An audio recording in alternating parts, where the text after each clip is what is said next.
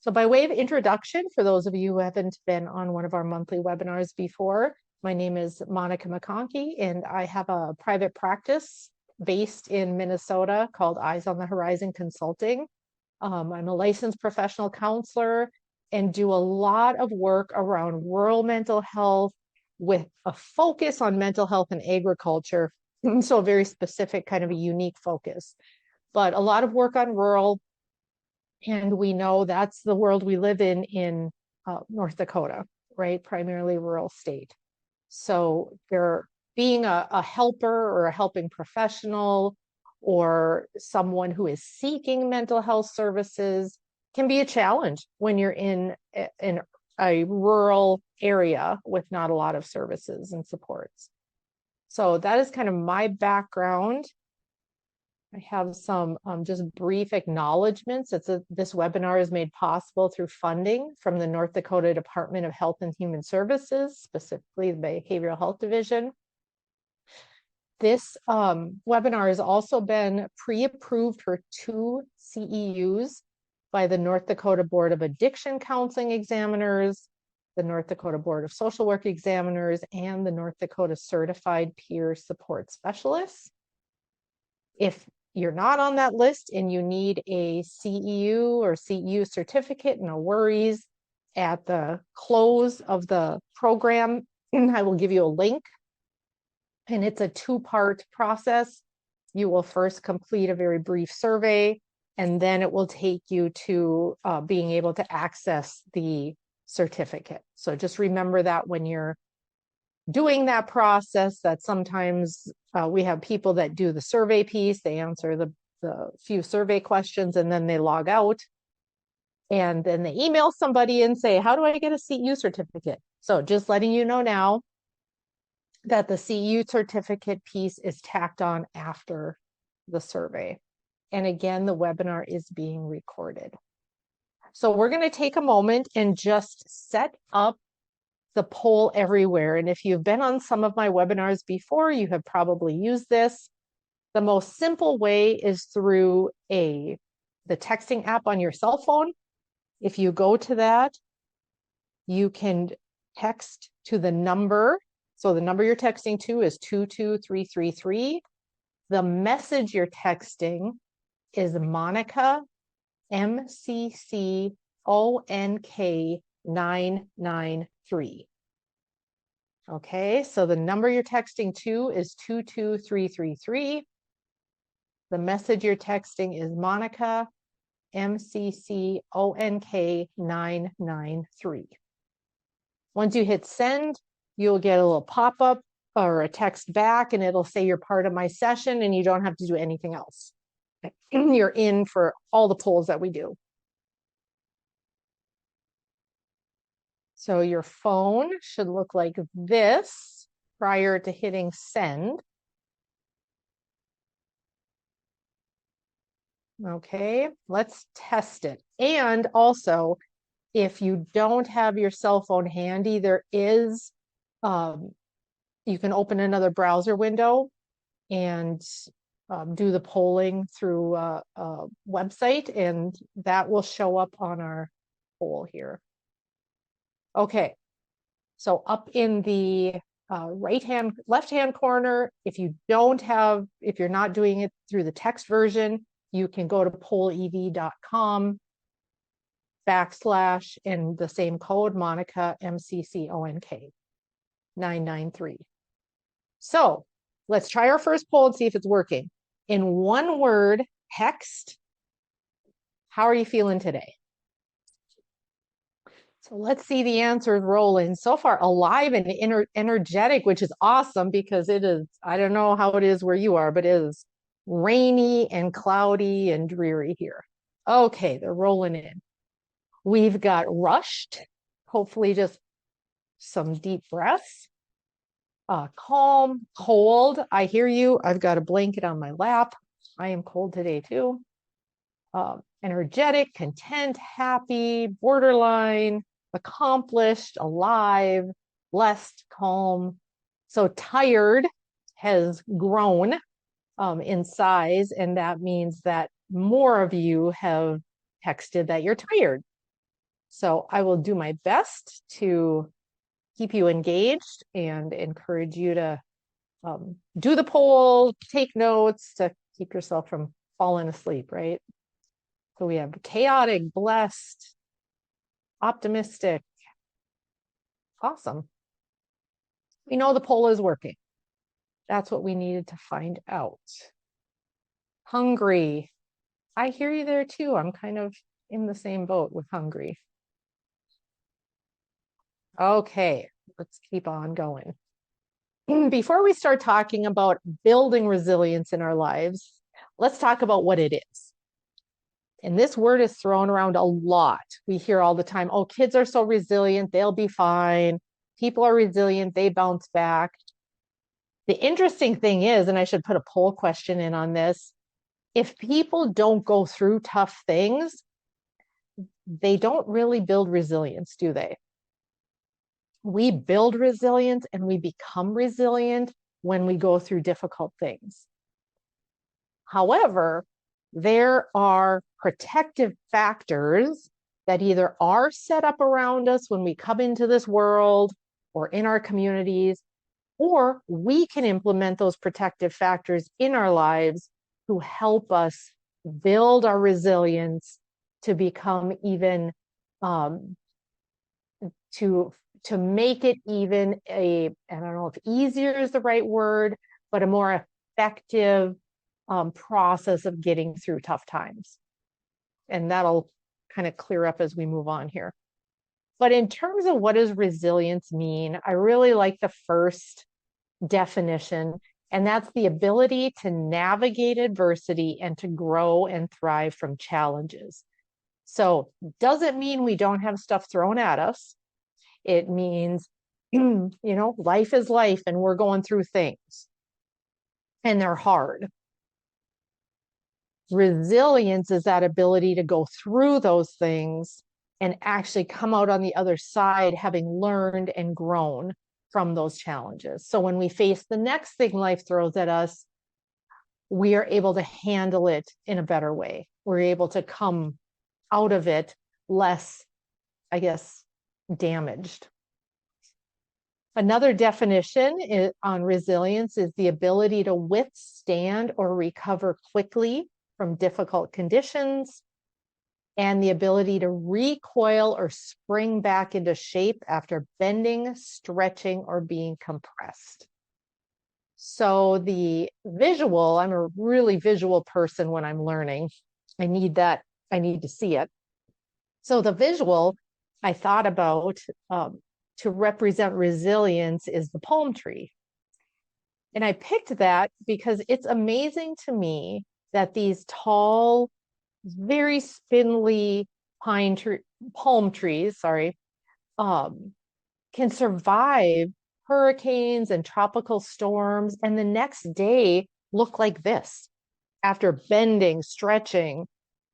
And so when I was thinking about, what can represent resilience, there's a lot of things, in nature, in the world that can, but I chose the palm tree.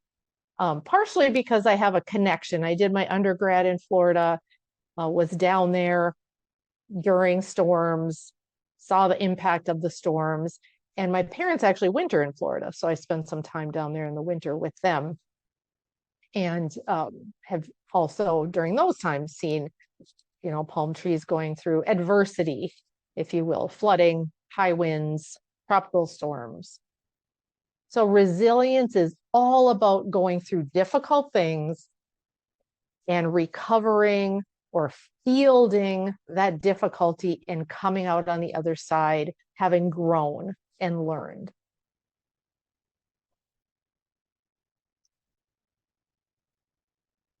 So what do we mean when we say adversity?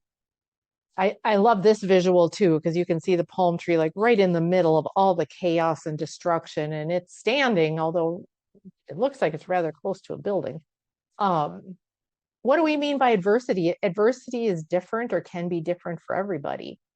Adversity are struggles we're going through, they're challenges we're facing, they're stressors that we are enduring, and it can be anything from family relationships to work-related things to health issues. Adversity covers a lot. So think about that. What adversity, challenges, or struggles are you currently facing? And let's go ahead in one word, name your adversity through the polling app. What is something that you are being challenged by or that you are struggling with that you would call an adversity? Time management. Pretty sure those go together. Change, moving. You're in a slump. That might be midlife slump. I think that got separated.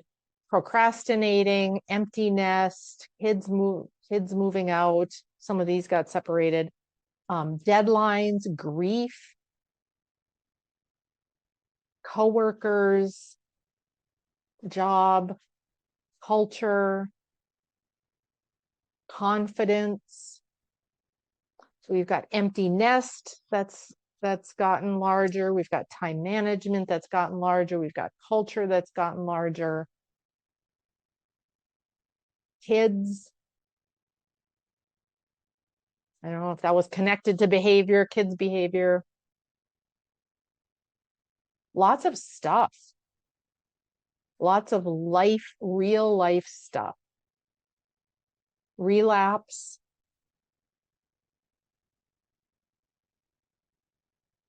I think we've got difficult job, work in general, anything else.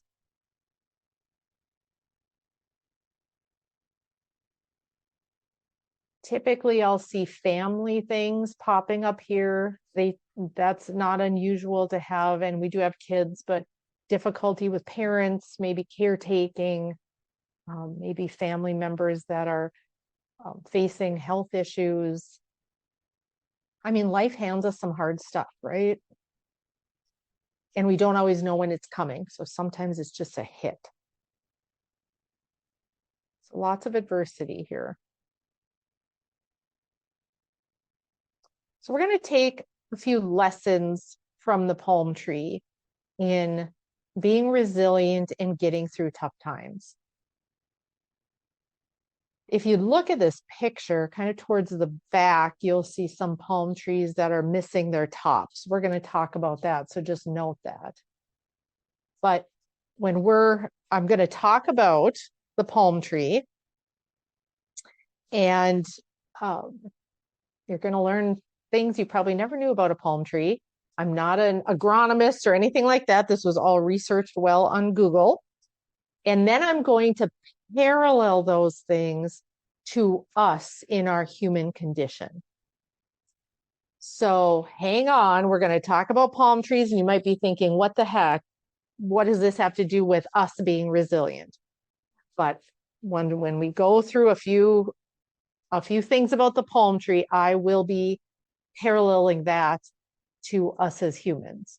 Okay, so hang in there and jot down some notes, just things that resonate with you, things that maybe insights you're having about yourself, goals that you might want to work towards, because again, at the end, we're going to talk through change and how to make change happen, how to get through change.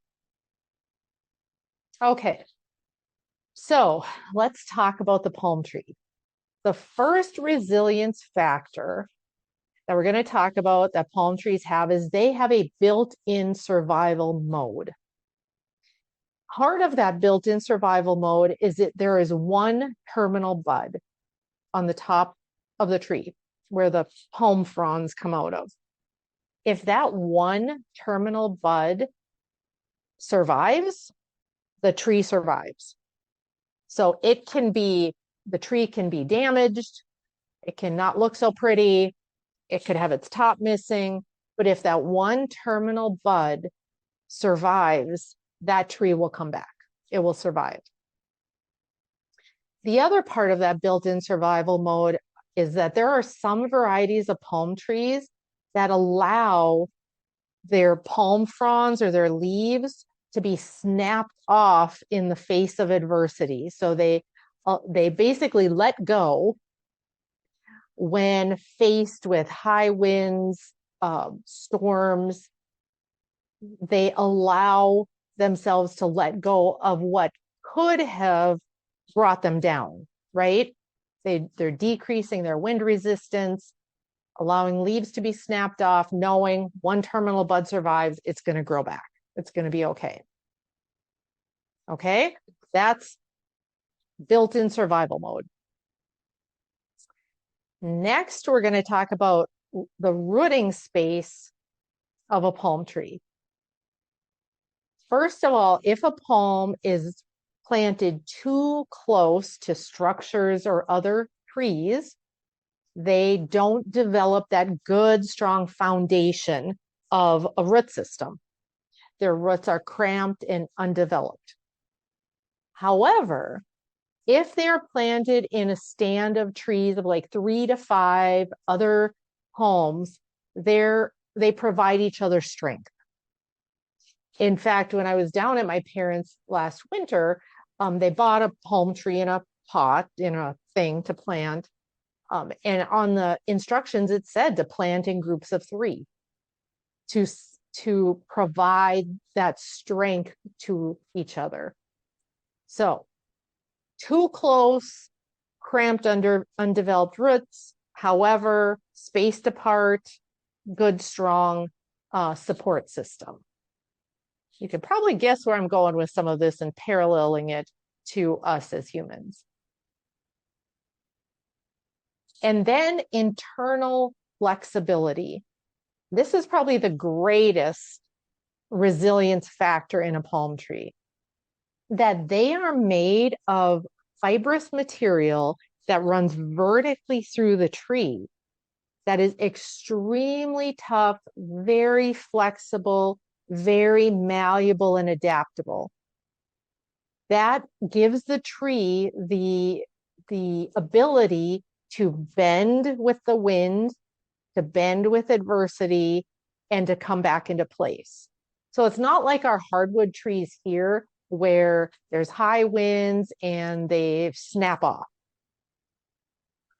Palm trees are built differently. In fact, they are more closely related to the classification of grasses than they are of trees because of that fibrous material and how they're made.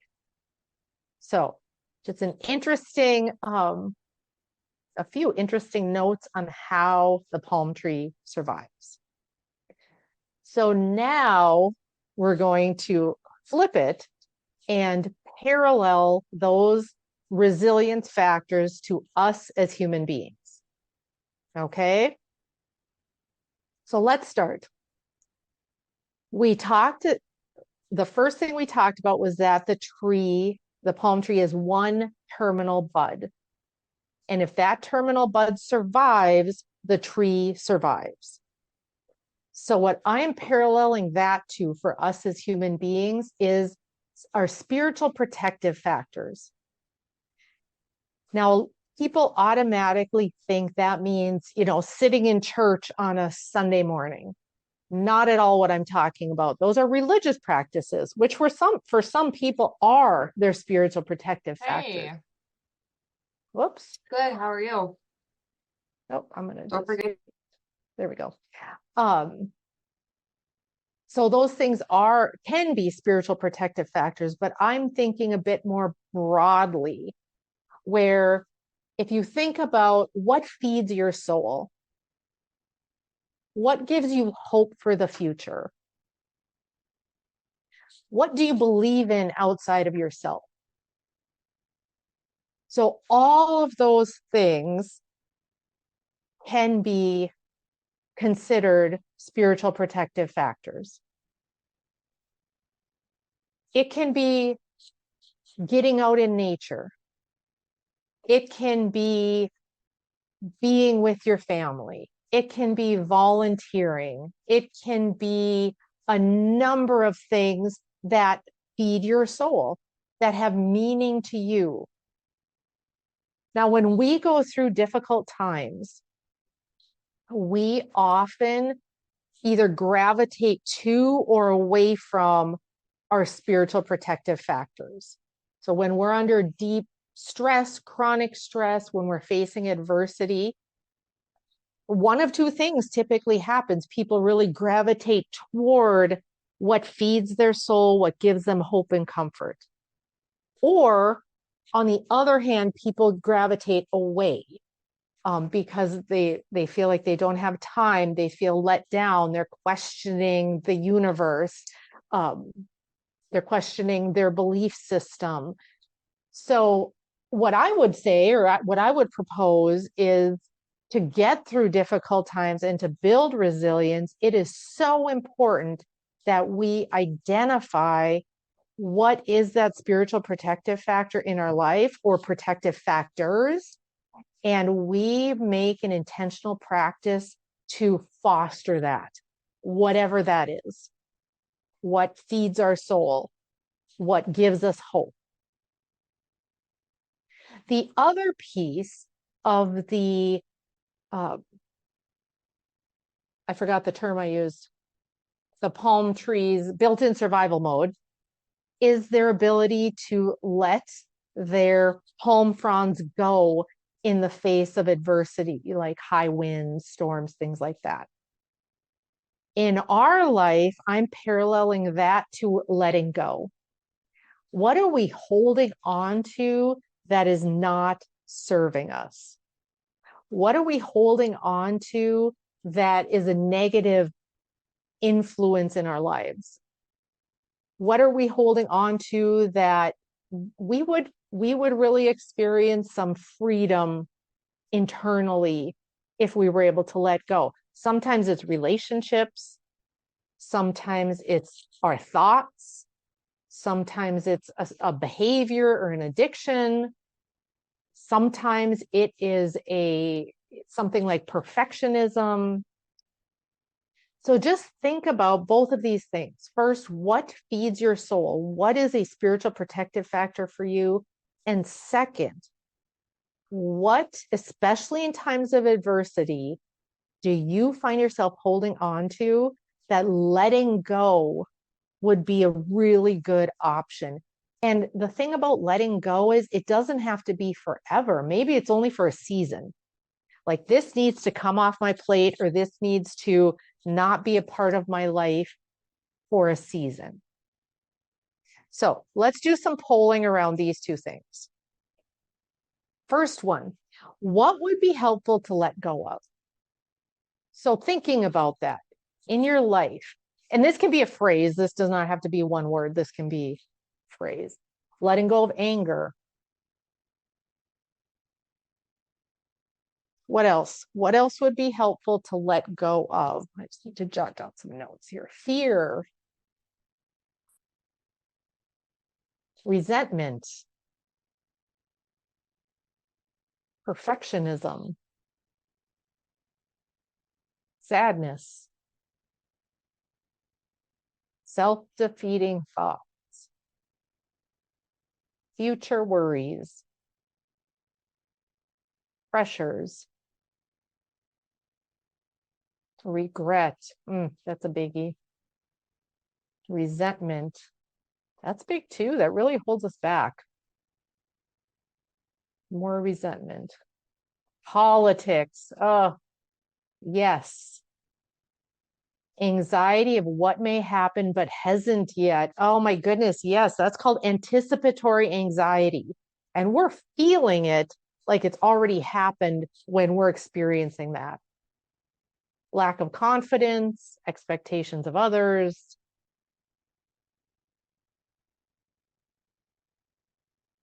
Really good list.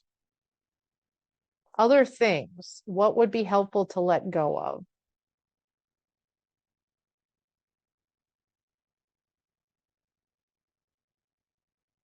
Good list. All right, let's move to the next one. How can I build my spiritual protective factor? And this is one word, so that might be tough, but think of one word, or you have to connect the words with a hyphen or a period or whatever. What feeds your soul? What gives you hope? Boundaries. Oh, that's a good one.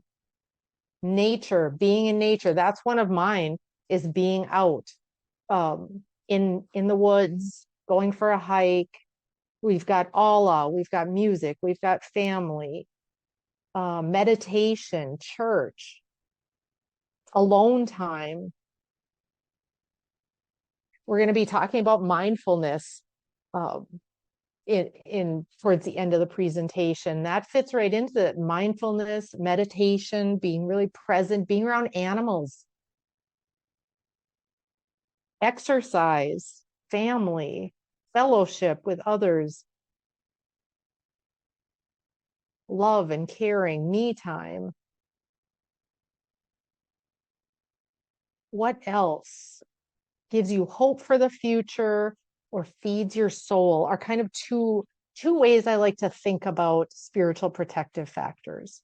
Some people think of them as what helps guide my value system, what helps guide my morals.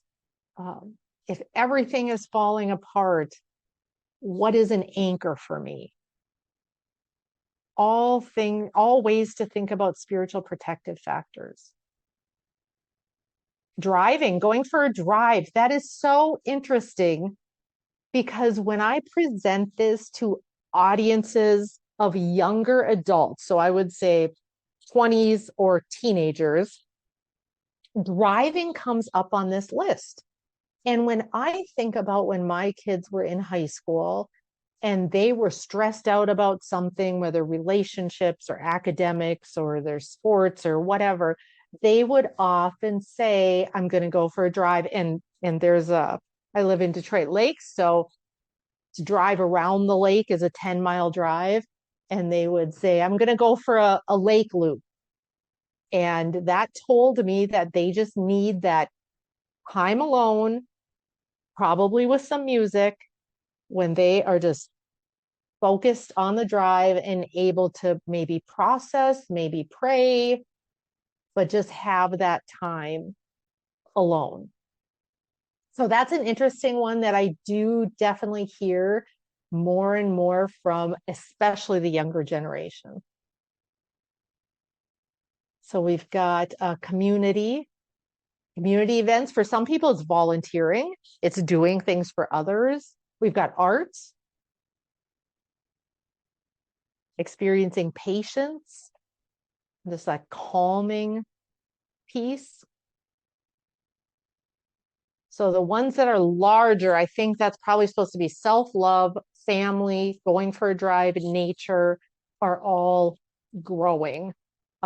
Family getting bigger. And for some of us, family is our adversity.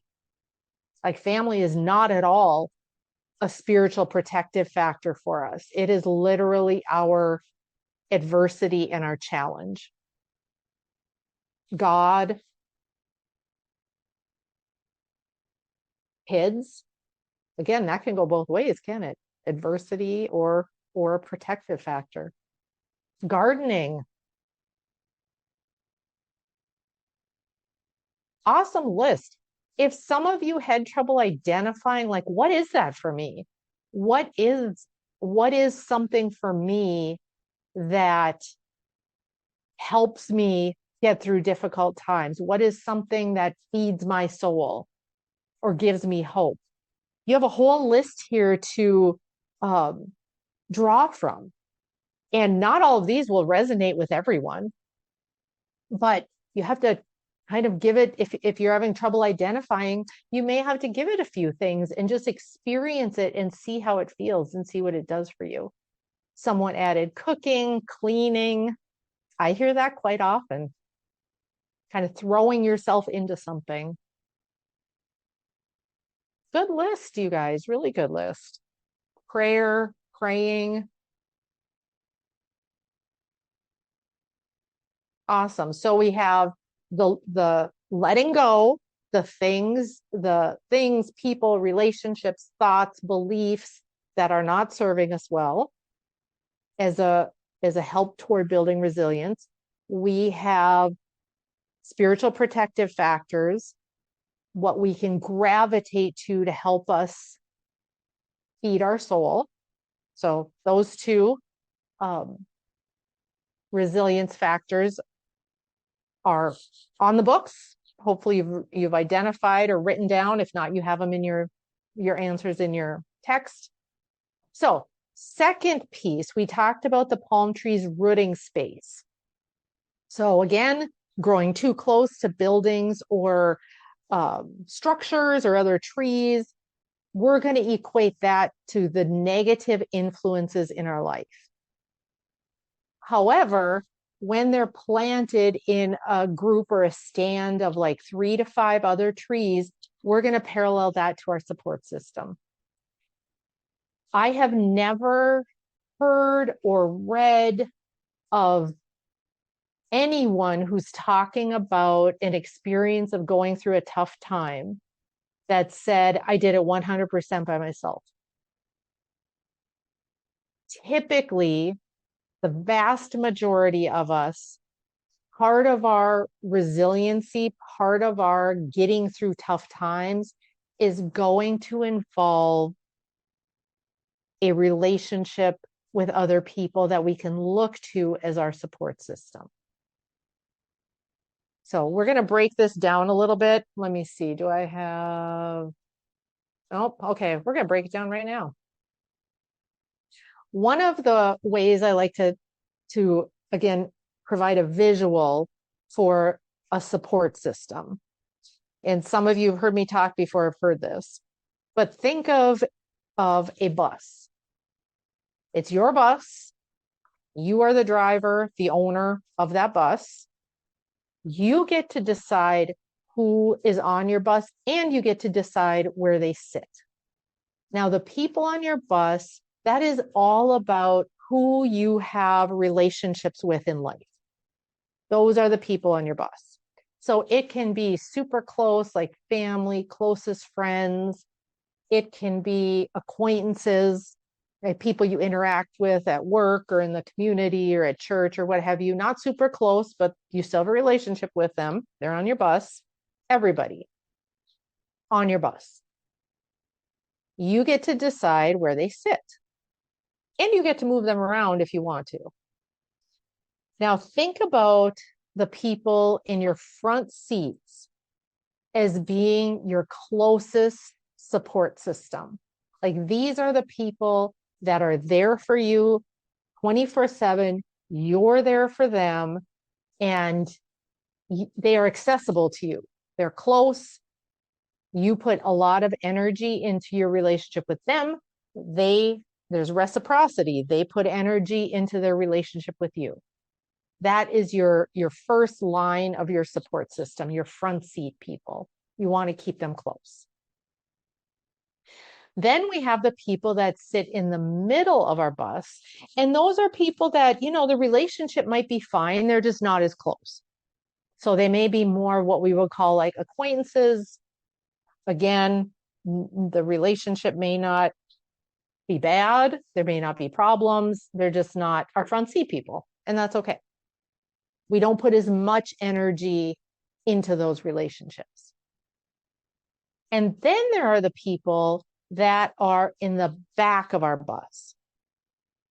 They are people that are in our lives for some reason, but our interactions with them are not good. They may be considered toxic. It may be considered like a negative relationship. Whenever you interact with them, you leave not feeling great, but they are in your life and you're unable to kick them off your bus because maybe you work next to them. Maybe you live with them. Maybe they're your parent or your spouse or an adult child. Like they are in your life, and it is all about setting boundaries with those folks. So they're in the back of your bus, and that represents physical, emotional, and mental boundaries. Like, I'm not letting you be in the front of my bus. I'm not putting all kinds of energy into this relationship. And then the fourth category are the people that just really need to be off your bus as soon as possible. They are people that really do not need to be in your life, that do no good for you. in your life. They may be people you follow on social media and you just need to unfollow or get them off of your social media, get them out of your life, whatever that looks like. Now, what I see happening a lot is that the people we have the biggest issues with, the people that cause us the most difficulty, the most angst, we let them sit on our laps and drive our bus. We think about them all the time. We talk about them all the time when they should be the very people relegated to the back or off of our bus. But we get wrapped up in these interactions, in these relationships, and we struggle to set the boundaries and put those people where they need to be in our lives for a number of reasons. But my encouragement to you is that to build resilience and build protective factors, put your energy, mental, physical, emotional energy on your front of the bus people. Build those relationships. When you find yourself putting your energy into the negative relationships in your life, the toxic relationships, be aware of that and try to redirect so that you are not giving those folks the time and attention that really should be going to your front of the bus people. So let's do a little poll. What is the status of your support system? Oh, we have somebody that already answered, it looks like. So this, all you have to do is an A, B, C, D, or E. So A means your support system is strong and there for you 24/7.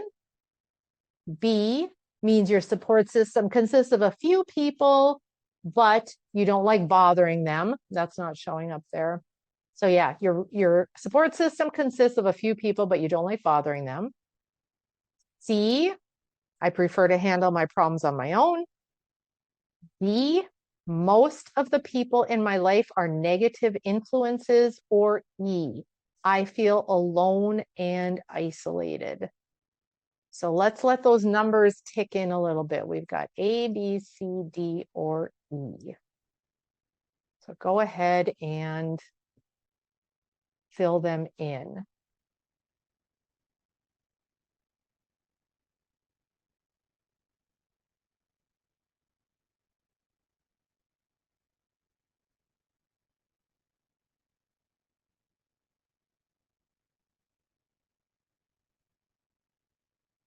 Okay, numbers look like they've slowed down.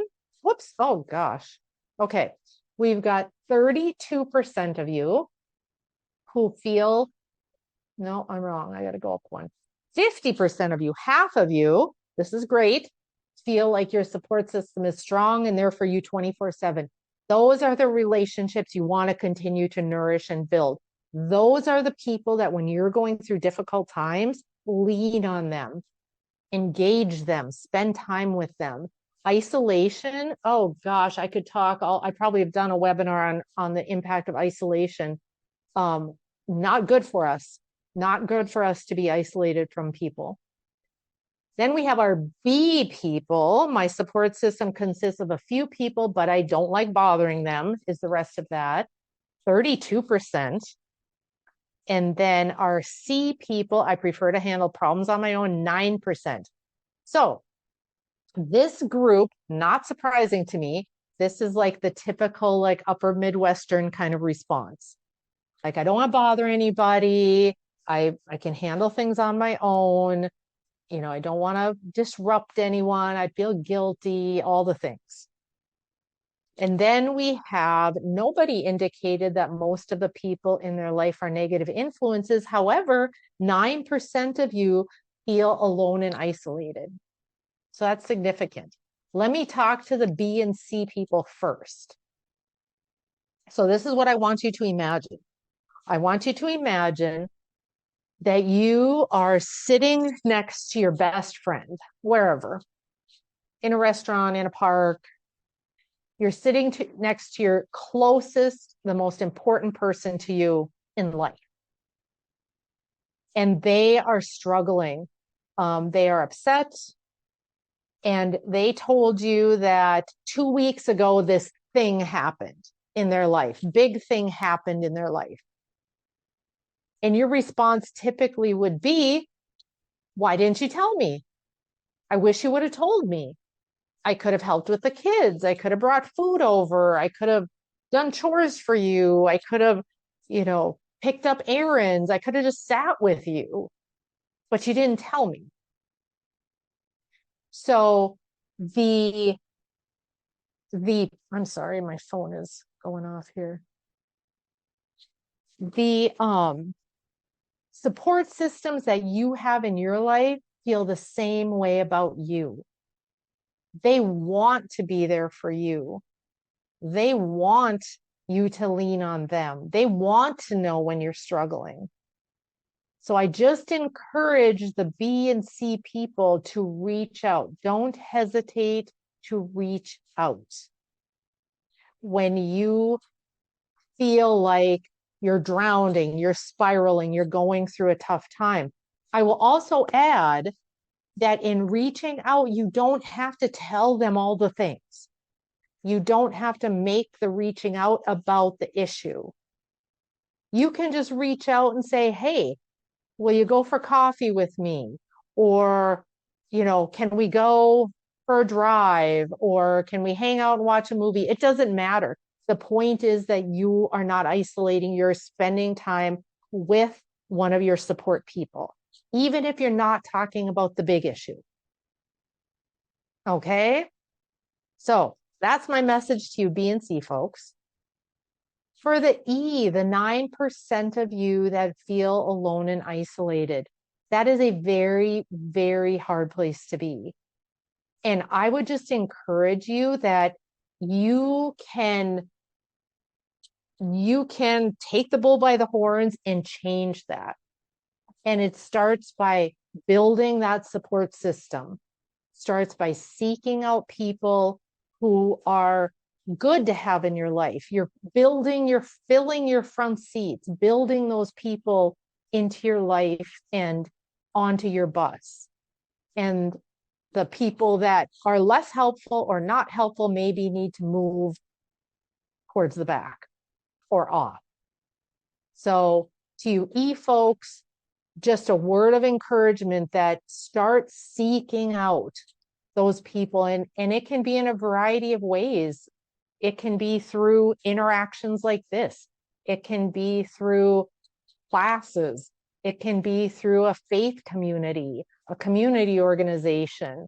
Lots of options in how we build our support system. One of my greatest support systems right now, when I became an empty nester, and I saw that show up a lot in the adversity piece, oh man, I grieved. When my last one left home, I grieved. And then I joined a women's hiking club. And they are some of my greatest, dearest friends. And we have had all kinds of fun experiences together out in nature. So it can be from someplace that are a little bit, maybe uncharacteristic or out of the box. But none of us have to stay in a place where we feel alone and isolated. However, we have to own it because nobody is going to rush in and fix that for us. We need to do that for ourselves. All right. And any comments, questions, just be throwing them into chat. We could keep this flowing and pause and answer questions or read your thoughts at any time. Okay. The third piece of the palm tree being resilient was the way it was made up in terms of really flexible, malleable, adaptable material. And how I parallel that to us is through resilient thinking. And we're going to be spending a bit of time here. How are we doing on time? We're doing great. We're going to be spending a lot of time here talking about our thinking, our thoughts. And for many of you in that letting go portion, it was around, it all kind of filters down to how we think. So resilient thinking is forward thinking, it's problem solving focused, it's not the victim mentality, it is not in the past regret that showed up on our list. It is not blaming other people or holding on to resentment. It is, like I said, forward thinking, positive, problem solving type of thinking. And we're going to talk through that a bit. So it's very focused thinking and it's very intentional. I just had a conversation with clients this morning. It was a couple.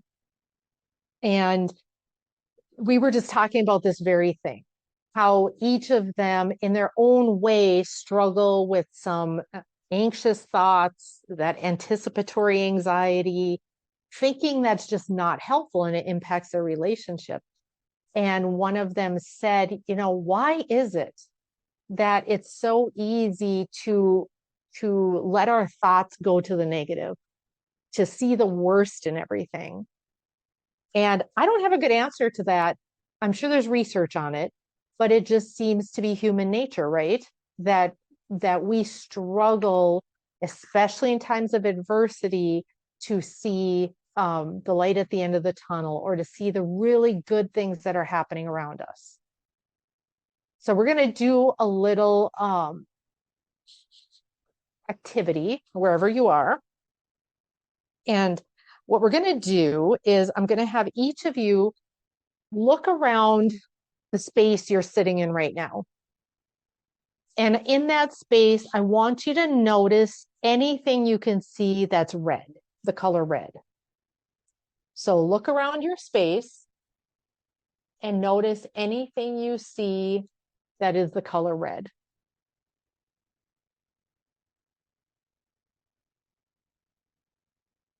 Okay. Notice some reds. Now I want you to look around your space and notice anything you see that's blue. Notice the blues as you look around.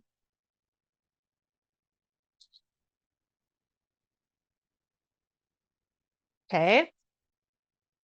Now going to chat, or you can unmute. I think you can unmute. Were the blues there when you were looking for the reds?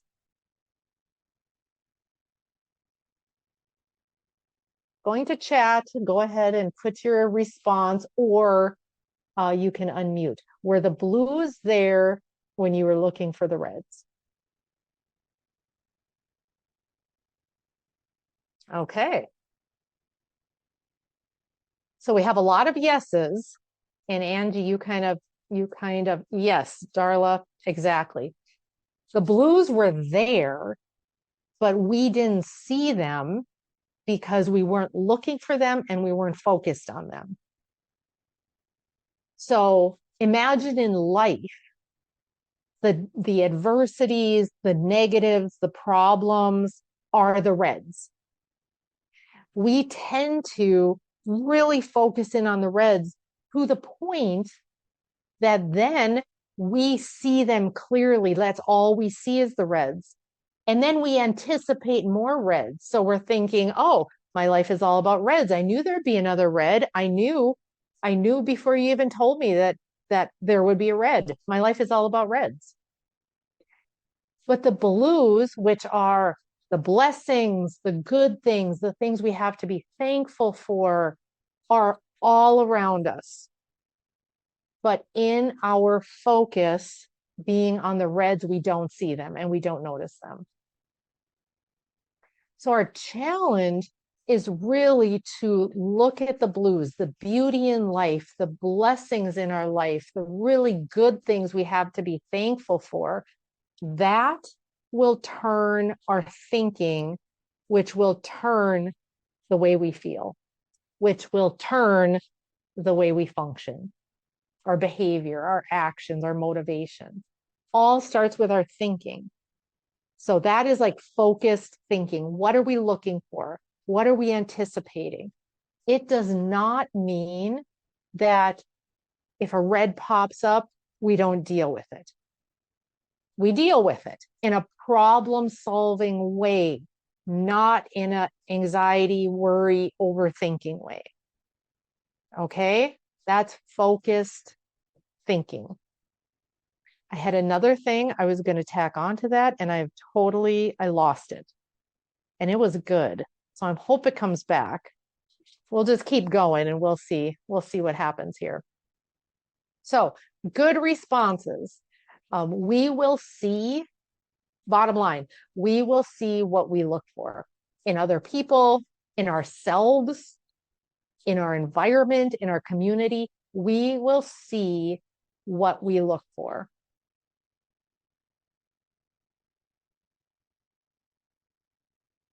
So let's dig into the thoughts a little bit. What negative or unhelpful thought do I need to address? This might go back to the piece of whatever you said you needed to let go of. This does not have to be one word. This can be a phrase.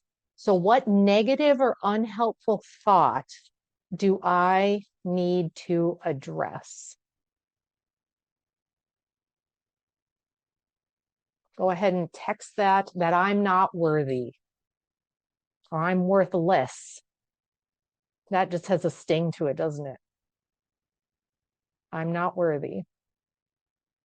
What else? Negative or unhelpful thoughts that we have, that we let run around in our mind, that we need to address. That I'm constantly fighting my demons, and the demons can be like the red. That's all we see, right? I'm not enough. I'm not good enough. I'm not good enough. I'm just jotting down something because I remembered what I was going to talk about. I can't do this. What else? There's too much hate in the world, and that's what we're focused on. It's kind of like the whole politics thing, letting go of, because when we get drawn in to the negativity and the fighting and the angst and the ickiness, and we don't see the goodness. The thought of hopelessness. My life is never going to change. It's never going to get better. I'm never going to get out of this situation. What else? I need to be everything to everyone. Impossible, right? Because everyone has a different version of what everything is to them. So it's impossible. What else? Negative or unhelpful thoughts do I need to address? Any others? I want to be sure to give space for this because we're going to be doing a little work with these thoughts. We have a whole hour yet, you guys. It's good stuff. I'm behind in life. That is a big one. I talked to a gentleman who had been in his early adulthood, had been incarcerated for 11 years.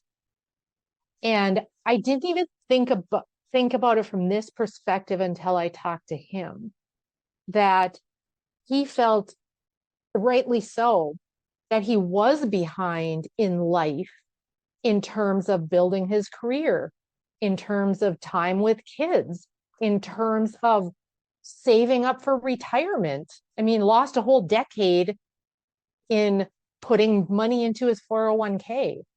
So definitely a reality, but we worked with his thought that it wasn't just on I'm behind in life, I'm behind in life, I'm behind in life. It was, let's make a plan and move. Let's do some catching up. Let's bring good things in. So now you really don't have time for negative people, negative thoughts, negative actions or behaviors. I feel like an imposter, the whole imposter syndrome. I don't belong here. I'm not good enough to be here. Who do I think I am? People are going to see through me. Some big things that really weigh us down. And and just from looking at names, I'm making an assumption here. But when I present to females, I always get a lot of this, some version of I'm not good enough comes up. I don't look good enough. I can't be everything to everyone. I can't do this. I don't have skills. I don't belong. Some word, I'm not worthy. Some version of I'm not good enough. I've wasted so much of my life in my addiction. And if that's the thought, which we're going to go to how this plays out right now, it's all about intentional thinking. And this is for those of you in the mental health world, or you've seen a counselor, you've heard of cognitive behavioral therapy, right? This really follows that that therapy model. So the premise, and take your thought, if you have something to write with, the thought that you just wrote in that poll that you are struggling with or that needs to be addressed, write out that thought. Then draw an arrow. This is usually a triangle. In this graphic, it's a circle. But our thoughts drive our feelings and our emotions. So write down your thought, that unhelpful thought, and then draw an arrow and write down how you feel when that thought is running around in your mind. So when you're having the thought, I'm not good enough, I can't do it. When you're having a thought, I've wasted so much of my life, I'm behind, I've hurt people and I can't fix it, I can't stand this person, everything they do irritates me, I'm not worthy, I don't belong here. Whatever your unhelpful thought is, write that out, draw the arrow. How do you feel when you're thinking that thought?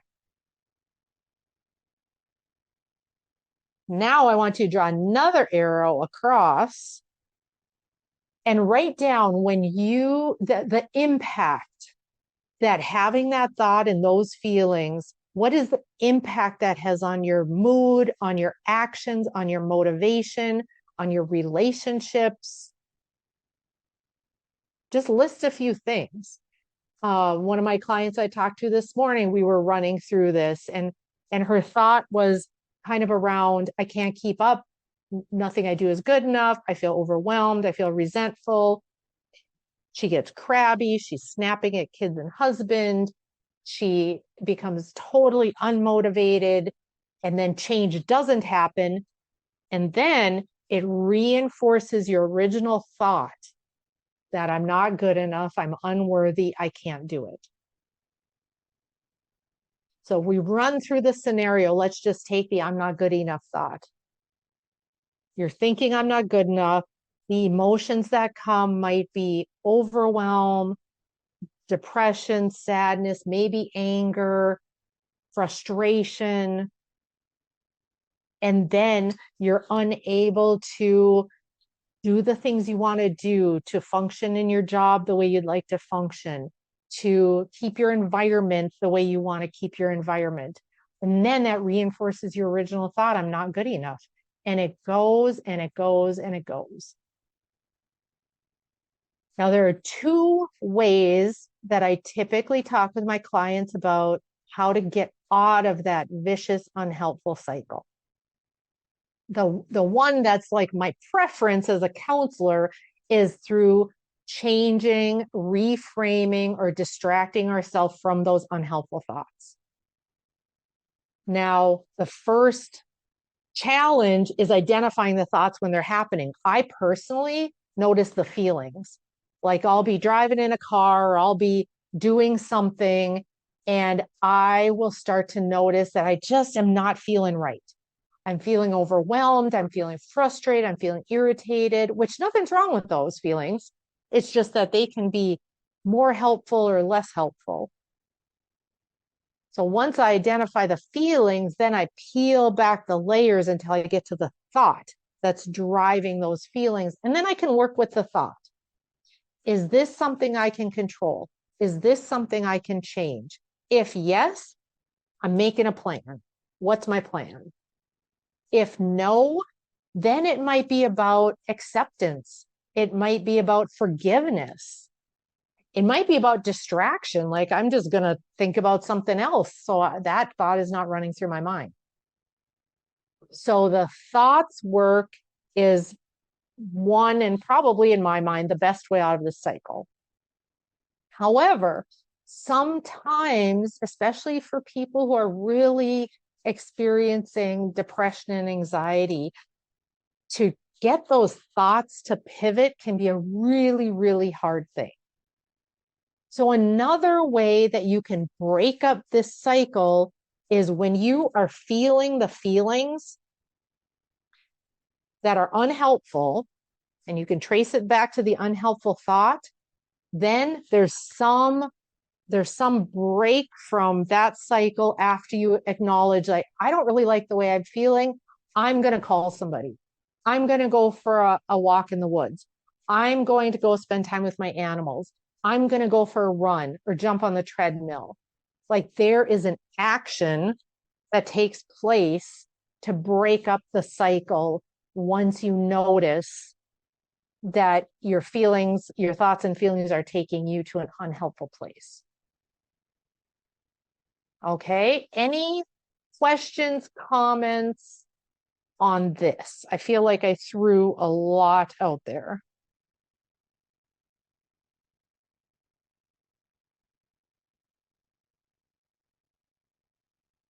Any questions, comments?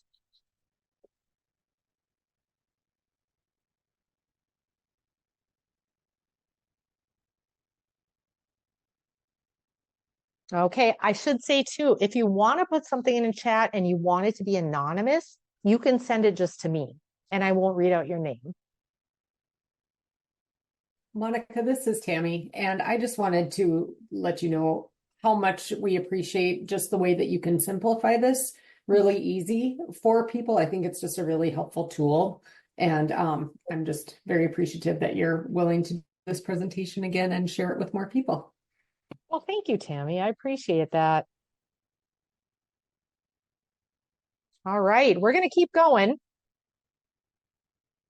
So this is that implementation piece, right? Where we were talking through. Oh, we do have a comment. The trick is to do the positive thing when a person is feeling stuck. Absolutely. Because like we talked about in the survival or the resilience factors, we tend to not do the positive thing. We tend to let our self-care go, our nutrition go, our sleep goes. We tend to gravitate away from positive people.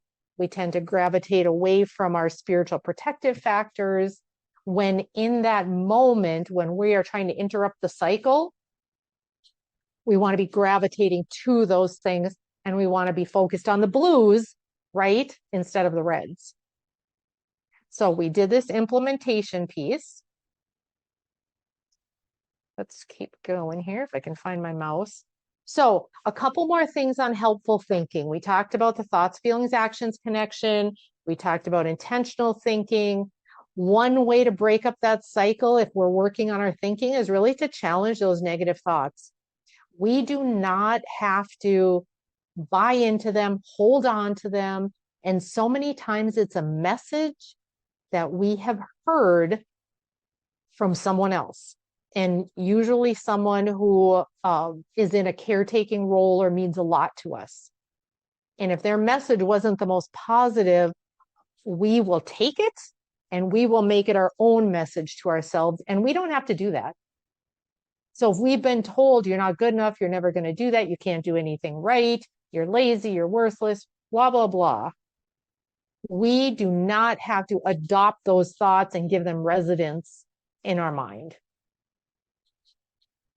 We can choose to let them go and replace them with good, positive thinking. that reminds me, I did remember what I was going to say back when we were talking about the reds and the blues. I was meeting with a group of elderly ladies. They had lost their spouses, so they were widowed, living in rural areas, fairly isolated, uh, and just they were talking about this, the thinking, the negative thinking. Easy to do when you're in that place in life, right? Knowing that end of life is near, my spouse is gone, I don't have a lot of connections, I'm rural, probably health issues. So one lady, bless her heart, she shared with the group that she was struggling with this, and she just decided that she had heard the three good things, like write down three good things every day, or journal, or think about three good things in your life every day. And she took it a step further and she challenged herself to do it for a year. And she could not repeat any of the three things. Any of the things could not be repeated. So that's whatever, 365 times three things that she identified in her life that she was thankful for or blessed with. And I mean, that gets down to like, I'm so thankful I have indoor plumbing. I'm so thankful I have windows that I can open and shut. I mean, things that if we didn't have, we would miss, right? We would feel.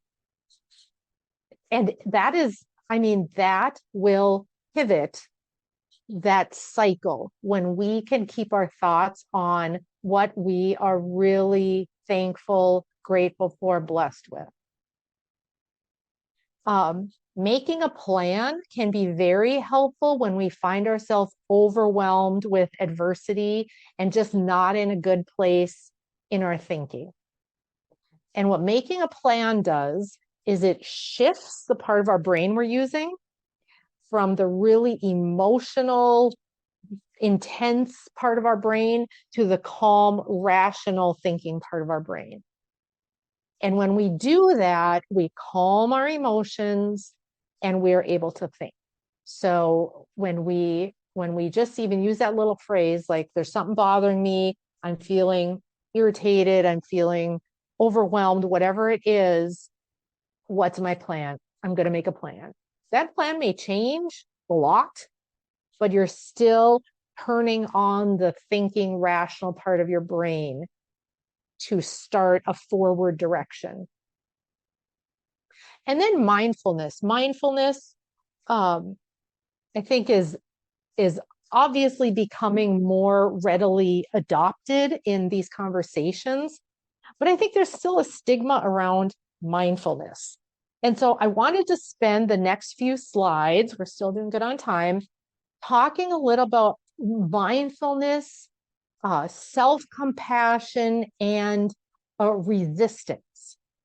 And I'm taking this information from it's actually a workbook. It's called the Mindful Self-Compassion Workbook, and I love it. It has a number of little lessons, let's see, probably 24, all around self-compassion, about thinking, our relationship with others, so many things. So it, might be a fun thing for you to check into. But there's a chapter on letting go of resistance, and it builds in the mindfulness piece and the self-compassion piece. So when we're dealing with adversity, we're working on building resilience to get through it. This is a piece of building that resilience. So mindfulness in essence is accepting what is happening without judgments of good or bad, which would be called non-resistance. Like, this thing is happening, I accept it's happening, and I'm not labeling it as good or bad. Okay?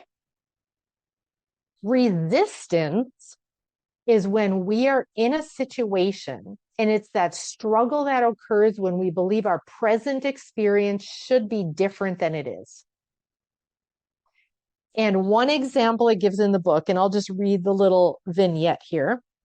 So we're in traffic and we're stopped, right? And we need to get somewhere.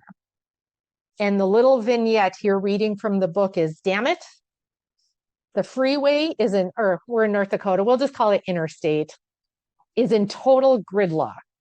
I'm going to be late for dinner again. And I can't believe that stupid jerk just tried to cut in front of me from the on-ramp. I'm so sick of this. I want to scream. Oh, you can just feel the tension, right? You can just feel how even our bodies go rigid when we're in resistance, when what we're experiencing in the present time is not what we want it to be, and we're resisting it. Now, we could, when we look at what acceptance could look like in a situation like that, we're not saying being stuck in traffic is good. We're not saying that we want it to happen every day or we want that to be our life. We're simply kind of reframing it in an acceptance type of mindset. So I'm going to read the what acceptance could look like in this situation. Stuck in traffic yet again. Well, given that it's almost rush hour, I guess that's to be expected. I'm certainly not going to get home any faster by being upset about it. It's calming, engaging our rational brain, right? When we resist, when we have that resistance, that emotion, that anger that comes from we don't want to be in the traffic jam, we basically grow the feeling. So there's that phrase, what we resist persists. It grows. So some signs that we might be resisting unwanted experiences are that we are distracted, we procrastinate. Oh gosh, I can attest to that one. We become physically tense, we worry or overthink, we're angry, we're irritated. We look for things to numb. Sometimes that's scrolling on our phone. Sometimes that's a substance or other kinds of addictions, something that numbs. We might overwork, we might overeat. Those are examples of things that might indicate we're in resistance versus acceptance. This is where I'm at right now. So again, that phrase, what we resist persists. And it is kind of like the thought cycle. It catches us. So when we talk about mindfulness, that is acceptance of the experience. So we're sitting in that car, stuck in traffic, waiting for a train, and we're just taking it in without judgment. We're taking in, using our five senses, we're taking in what's happening around us. Maybe we have some music going. And then we pair that with self-compassion, which is caring for us as the person experiencing the thing. And what that can look like is giving ourselves messages like, this is a really hard thing you're going through, and I understand that. This is not where you thought you'd be in life, and that is really hard. This is not how you want to feel about the person that's closest to you, and that is hurtful. It is like acknowledging what's happening to us by us. We're giving ourselves the gift of self-compassion versus beating ourselves up over life events or things that have happened in life. We've wasted time. I'm not worth it. I can't do good enough. When we can pair mindfulness and self-compassion in amongst our adversity, we are better able to more easily move people off our bus. We are better able to not get stuck on thoughts that are not helpful. Make sense? So when we struggle, we give ourselves compassion not to feel better, but we're doing it because we feel bad. So we're not giving ourselves caring messages because this is going to make me feel better. This is going to take away the reds in my life. This is going to fix anything. No, it's like these hard things in life are happening to me, and I'm going to care for myself and love myself and have compassion for myself because I'm going through these difficult things. It's a different form of acceptance, and it's different than the CBT of changing our thoughts. It's more like ACT, acceptance therapy. However, the two really can go hand in hand. And if we can master or become, master is a big word, if we can become better at being mindful of our experience in the midst of it and then give ourselves compassion, we will feel a release and more able to make those difficult decisions in life. So what I want to do is just in your own thoughts, think about a current situation in your life where you feel that resisting the reality of something painful is causing you unnecessary suffering and may actually be making things worse than they need to be. Now, this could be what some of you wrote in the earlier poll about letting go of something. There was anger, there was resentment. Those could be indicators of resistance. Like I'm holding on to those things because letting go of them, I don't know. I don't like how I feel when I hold on to them, but if I let go, that doesn't feel good either. Then I'm like, it's okay what they did to me. So just think, maybe jot it down. Think of a current situation in your life where you feel that, right, resisting the reality of something painful is causing you unnecessary suffering and may actually be making things worse than they need to be. Okay. Then, little self-reflection. How do you know you're resisting?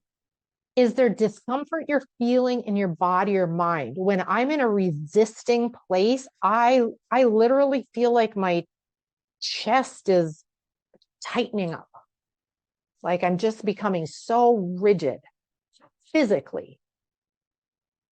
So how is it for you? How do you know you are resisting? Is there discomfort in your body or your mind? What does that look like for you?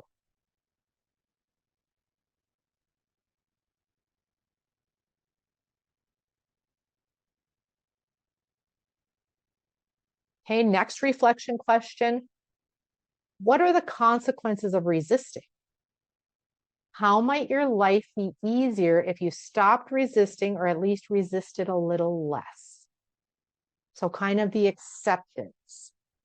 So for me, when I'm in a place of resisting, I have trouble sleeping because I'm in that really like intense, emotional, rigid kind of thought process versus like I'm taking some deep breaths, I'm being mindful, I'm accepting of the situation as it is. Doesn't mean I agree with it or like it. I'm just looking at it in a different way and giving myself compassion.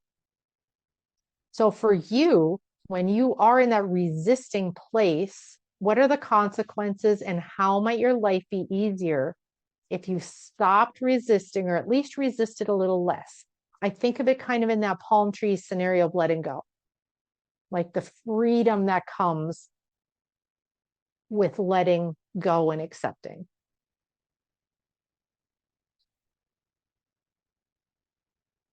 Next question, can you see that resistance might be serving you in some way? This is an interesting little self introspection question. Like, is it working for you? Is it getting other people to do what you want them to do? How is resistance working for you? Could it be? Is it? It may not be. Is it serving you in some way? And then how can mindfulness or self-compassion help lessen your resistance in this situation?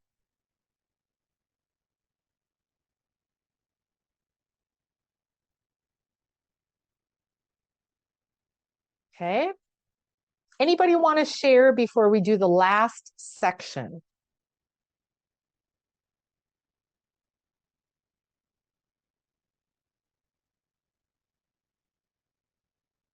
Anybody want to share about the resistance piece?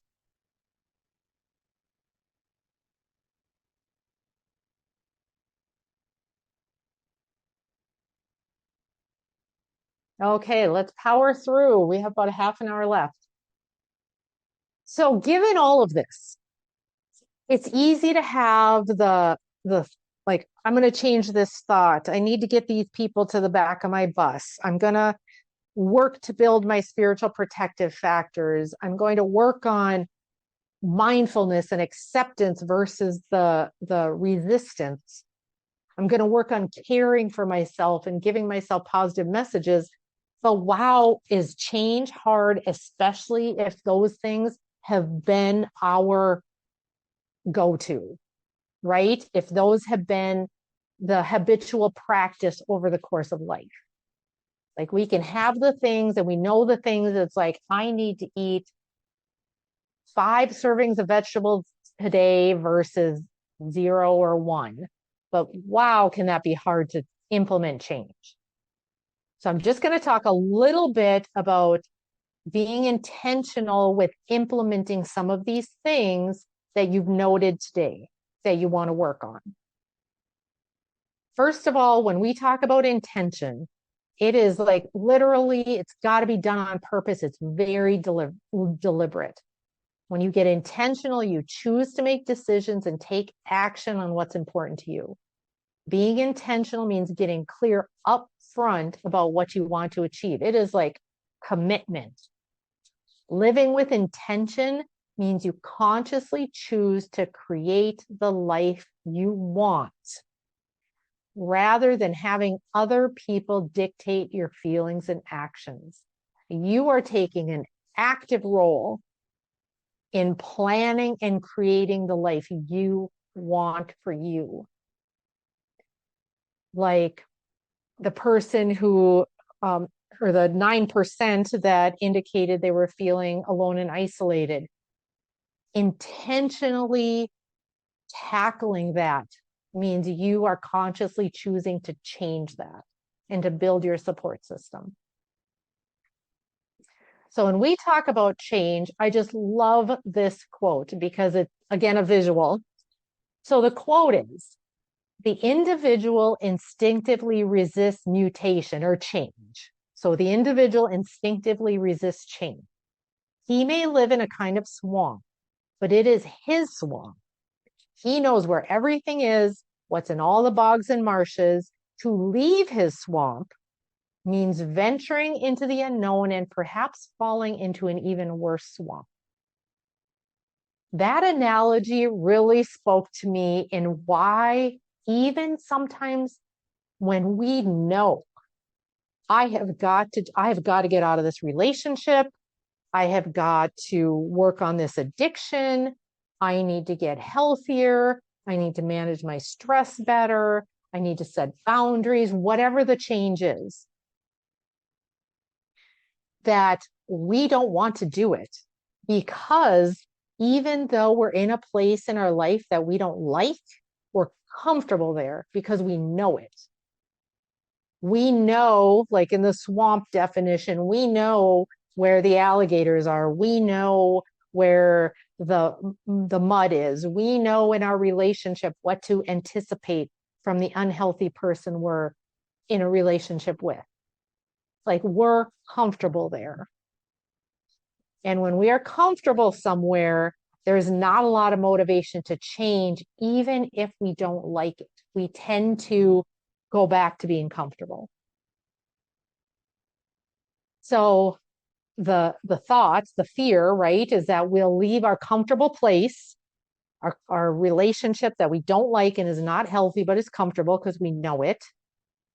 And we will venture out and, oh my goodness, we could land someplace that's worse. So maybe we're better off just staying. Maybe we're better off, and we might fail. We might go out there, we might try, and then we might end up right back in our swamp, and all that effort would have been for nothing. So that resistance to change, it's important that we understand what's going on inside of us. Why aren't we implementing the change? When we don't know if we should or we shouldn't, or what should we do, that is called ambivalence. And ambivalence is like we feel stuck. Like, I know I should change, I really want to change, but it's too much for me to think about. I can't do it. I'm overwhelmed already. So we feel very stuck. Some people call it like the ostrich syndrome, where we stick our head in the sand and we just pretend it's going to go away. That someday, somehow, it'll work out and it'll be okay. And to compound that problem, if we have been stressed over the course of time, it is even harder to make decisions and create change because of the toll that chronic or ongoing stress has had on our brains, on our brain functioning. Our brains are tired. We've been living in an emotion and stress response. So when we have to face a change, that creates more stress. So there are three things that need to be in alignment for a change to happen. So if you have been contemplating or working on a change and the needle just has not moved, like I am where I am a year ago, 5 years ago, I'm not working toward this in the way that I want to. There are three things that need to be in alignment, three factors for change to happen. And it's called the ICR ruler. The first is that you feel like the change is important. If you don't feel like the change is important, maybe it's important to somebody else, but if it's not important to you, not going to happen. Or it might be half-hearted, probably won't last. Second, that you feel confident in your ability to make the change happen. Like, I know there's a path for me to do this. If we don't feel like there's a path, if we don't feel support, if we don't feel like we have the ability to, that bottoms out change happening right there. And then the last one is readiness, that we're in a place where we are ready to do it. We are ready to make the change. If we are not ready to make the change, again, there might be some sad, half-hearted attempts, but we're truly not ready. So change needs to be important to you. You need to feel confident in your ability to make the change happen, and you need to be ready to make it happen. And then this little slide just shows kind of where we might be in our stage of change. So maybe before, I doubt this, but maybe before today's webinar, you're like, oh, I didn't even know that like these thoughts were causing some of the problems. Like, I didn't know that, whatever. That's pre-contemplation. Like, I didn't even really know there was a problem.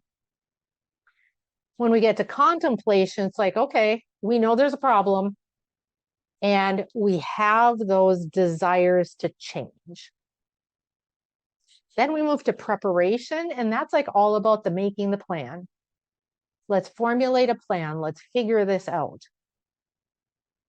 Then we go to the action stage where we put our plan into place. We're taking steps to work toward change. And then the top one is maintenance, like the change has happened and we're working on maintaining the change.